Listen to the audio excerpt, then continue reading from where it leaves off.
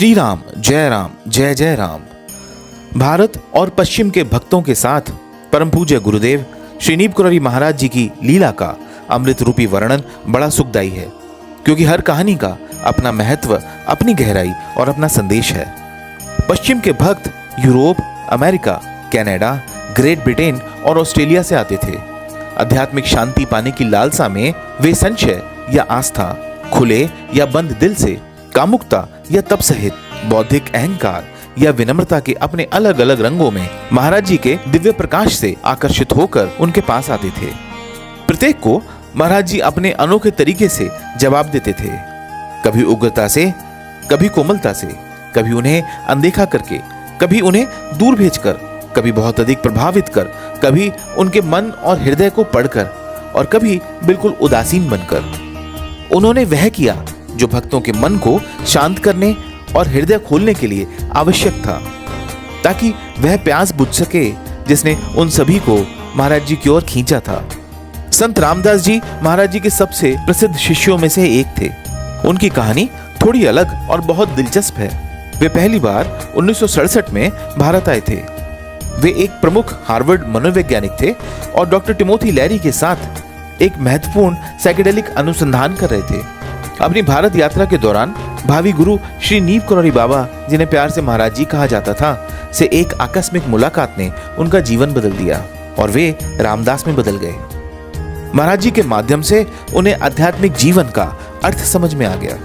महाराज जी की करुणा, प्रेम, ज्ञान, हास्य और दिव्य शक्ति की गहराई से रामदास जी महाराज जी के रूप में मानव और परमात्मा के मिलन को पहचान पाए। अमेरिका वापस लौटने से पहले रामदास जी एक युवा पश्चिमी सहयात्री, जो महाराज जी के पहले से ही भक्त थे, के साथ 5 महीने तक भारत में रहे। वे दोनों एक लैंड रोवर कार में यात्रा कर रहे थे, जिसे रामदास जी ने अपने एक दोस्त डेविड से उधार लिया था। वे दोनों उन सहयात्री की वीजा संबंधी समस्या के लिए महाराज जी की कुछ मदद के लिए उनके पास जा रहे थे। रामदास जी का मूड इस यात्रा के दौरान कई कारणों से बेहद खराब था। उन्हें भारत में रहना थका देने वाला लग रहा था। उन्होंने बहुत ज्यादा हशीश का सेवन भी किया हुआ था, इसलिए उनको अपने सहयात्री के गुरु से मिलने में कोई खास दिलचस्पी नहीं थी। जब वे लोग मंदिर पहुंचे तो रास्ते के एक मोड़ पर वे घाटी के सामने एक मैदान में पहुंचे। खेत में एक पेड़ के नीचे कंबल ओढ़े महाराज जी बैठे थे। उनके आसपास 8-9 भारतीय भक्त थे। रामदास जी को यह परिवेश बेहद अच्छा लगा, जिसमें भक्तों का समूह, बादल, हरी भरी घाटी और हिमालय की तलहटी की प्राकृतिक सुंदरता थी। उनके सहयात्री ने दौड़कर महाराज जी को साष्टांग प्रणाम किया। वह रो रहा था और महाराज जी उसके सिर पर हाथ फेर रहे थे। रामदास जी को समझ नहीं आ रहा था कि वे खुद क्या करें। वे किनारे खड़े होकर सोचने लगे कि मैं उनके पैर नहीं छूऊंगा, मुझे ऐसा नहीं करना है, मुझे ऐसा करने की आवश्यकता ही नहीं है। बीच बीच में महाराज जी उनकी ओर देख रहे थे, जिससे रामदास जी और अधिक असहज हो रहे थे। फिर महाराज जी ने रामदास जी की तरफ देखा और हिंदी में बोलना शुरू किया, जिसे एक अन्य व्यक्ति अनुवाद कर रहे थे। इस व्यक्ति ने रामदास जी के सहयात्री से पूछा, क्या आपके पास महाराज जी की कोई तस्वीर है? उसने सिर हिलाया, हाँ। महाराज जी ने रामदास जी की ओर इशारा करते हुए कहा, उन्हें दे दो। रामदास जी ने सोचा, अरे यह तो अच्छी बात है कि वो मुझे अपनी तस्वीर दे रहे हैं। रामदास जी मुस्कुराए और उन्होंने सराहना में सिर हिलाया।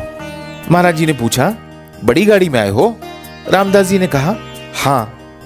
असल में एक बड़ी जिम्मेदारी होने के कारण यह कार रामदास जी के लिए एक बोझ थी, इसलिए शुरू से ही वो इसे अपने दोस्त से उधार लेने के इच्छुक नहीं थे। महाराज जी ने मुस्कुराते हुए रामदास जी की ओर देखा और कहा, क्या तुम ये कार मुझे दोगे? हड़बड़ाहट में रामदास जी ने पूछा, क्या? लेकिन उनके दोस्त ने कहा, महाराज जी, अगर आप ऐसा चाहते हैं तो आप इसे ले सकते हैं, ये आप ही की है। रामदास जी ने अपने सहयात्री से कहा, अरे नहीं नहीं, एक मिनट रुको, आप डेविड की कार इस तरह नहीं दे सकते। महाराज जी हंसने लगे। दरअसल वह रामदास जी को छोड़कर हर कोई हंस रहा था। महाराज जी ने तब कहा, तुमने अमेरिका में बहुत पैसा कमाया है? रामदास जी ने गर्व से कहा, हाँ। महाराज जी ने फिर पूछा, तुमने कितना पैसा कमाया? रामदास जी ने अहंकारवश आंकड़े को थोड़ा बढ़ाकर कहा, $25,000।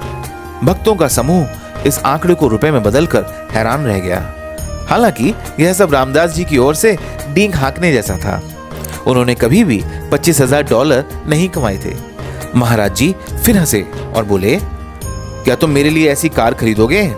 रामदास जी सोचने लगे कि महाराज जी अभी तो मेरा नाम भी नहीं जानते और $7,000 की गाड़ी चाहते हैं। रामदास जी ने कहा, ठीक है, शायद। यह पूरी बात रामदास जी को बहुत परेशान कर रही थी। तब महाराज ने कुछ भक्तों से कहा, इन्हें ले जाओ और भोजन दो। और दोनों को शानदार भोजन दिया गया और उसके उपरांत आराम करने के लिए कहा गया। बाद में जब वे दोनों महाराज जी के पास वापस आए तो उन्होंने रामदास जी को अपने सामने बिठा लिया। फिर महाराज जी ने उनकी ओर देखा और कहा, तुम कल रात तारों के नीचे खड़े थे? रामदास जी ने कहा, हाँ। महाराज जी ने पूछा, क्या तुम अपनी माँ के बारे में सोच रहे थे? रामदास जी ने फिर कहा, हाँ। असल में कुछ 100 मील दूर पिछली रात को रामदास जी रात के दौरान बाथरूम जाने के लिए बाहर गए थे। वहां आसमान में तारे बहुत चमक रहे थे। उन्होंने उस समय खुद को ब्रह्मांड के बहुत करीब महसूस किया, इसलिए वे काफी देर बाहर ही रहे। अचानक उन्हें अपनी माँ की उपस्थिति का एहसास हुआ, जिनकी 9 महीने पहले तिल्ली यानी स्प्लीन की बीमारी से मृत्यु हो गई थी। ये बहुत महत्वपूर्ण क्षण था और उन्होंने इसके बारे में अभी तक किसी को बताया नहीं था। महाराज जी ने कहा, उनकी पिछले साल मृत्यु हो गई थी। रामदास जी ने हाँ में जवाब दिया। महाराज जी ने फिर कहा, मृत्यु से पहले उनका पेट बहुत बड़ा हो गया था? रामदास जी रुके और फिर हाँ बोले। महाराज जी पीछे झुके, अपनी आंखें बंद की और उन्होंने अंग्रेजी में कहा, spleen, she died of spleen. यह कहकर महाराज जी ने रामदास जी की ओर एक विशेष दृष्टि से देखा। उस समय रामदास जी के साथ क्या हुआ उसे शब्दों में बयान नहीं किया जा सकता। महाराज जी ने जो किया था उसे समझने के लिए रामदास जी का दिमाग तेजी से दौड़ने लगा, एक निहायत पर्सनल एक्सपीरियंस को जिसके बारे में उनके अलावा कोई भी नहीं जानता था, यहाँ तक कि उनके सहयात्री भी नहीं। महाराज जी ने कैसे जान लिया? यह उनकी समझ से परे था। अंत में रामदास जी के दिमाग ने हार मान ली। उसी क्षण उनको अपने सीने में तीव्र दर्द और जबरदस्त सनसनाहट महसूस हुई और वे रोने लगे। वो रोए और रोए और रोए। वे ना तो खुश थे और ना ही दुखी।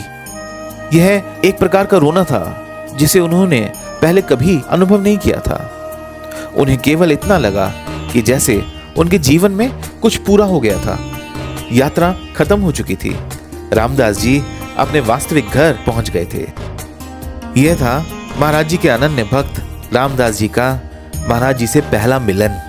परम पूज्य गुरुदेव श्रीनीप कुरारी बाबा जी महाराज की लीलाओं, रामदास जी समेत अन्य अनन्य भक्तों के अनुभव और पवित्र मंदिरों और आश्रमों के बारे में हम निरंतर बात करते रहेंगे।